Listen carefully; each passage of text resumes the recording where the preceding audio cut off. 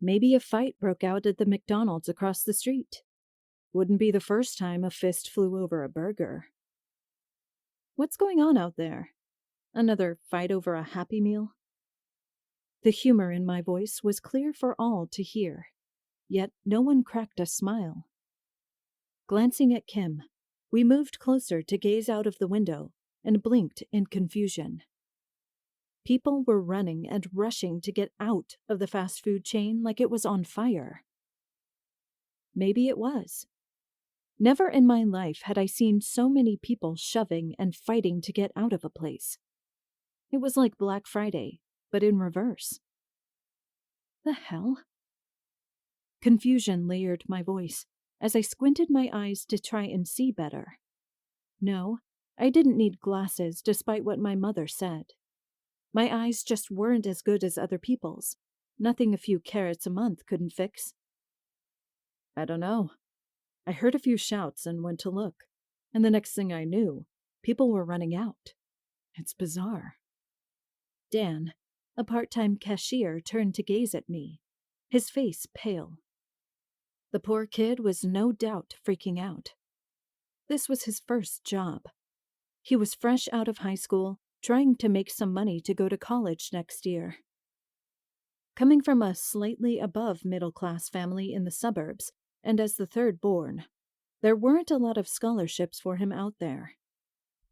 Shooting him a reassuring smile, I turned to the manager on duty, Alan. He was, in a word, a dick. Overly critical and always passing his job off on others. He had been a cashier once upon a time, and over the 13 years he'd spent at the store, had made his way up the ladder. I myself didn't plan on staying here that long. Oh no. This was just a stepping stone on my way to working at the local health partners.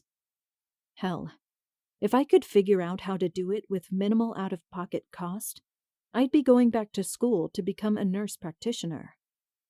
For now, I would settle for being a pharmacy tech in a mom-and-pop drugstore. At least the owners were sweet, often bringing in home-baked cookies and whatnot. Once, they brought everyone lunch just for the sake of making sure they ate when sales were down. No matter what, they took care of their workers. They were real, genuinely nice people, rare in this day and age. Their kids? Yeah, they were another story. They were constantly trying to convince their parents to sell out to the bigger name brand drugstores. Yet, the parents held firm. As long as I was making a difference, I was happy. Yeah, sappy, I know, but whatever.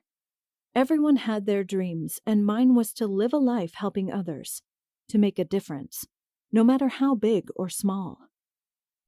I didn't want to be a waste of space like my biological dad. He was a drunk who did nothing but take advantage of those around him. Thank God my mom wised up and left him when I was a baby. Last I heard, he was on drugs and using his parents to fund his habit. Yeah, he was like 40-something and still living off of his parents.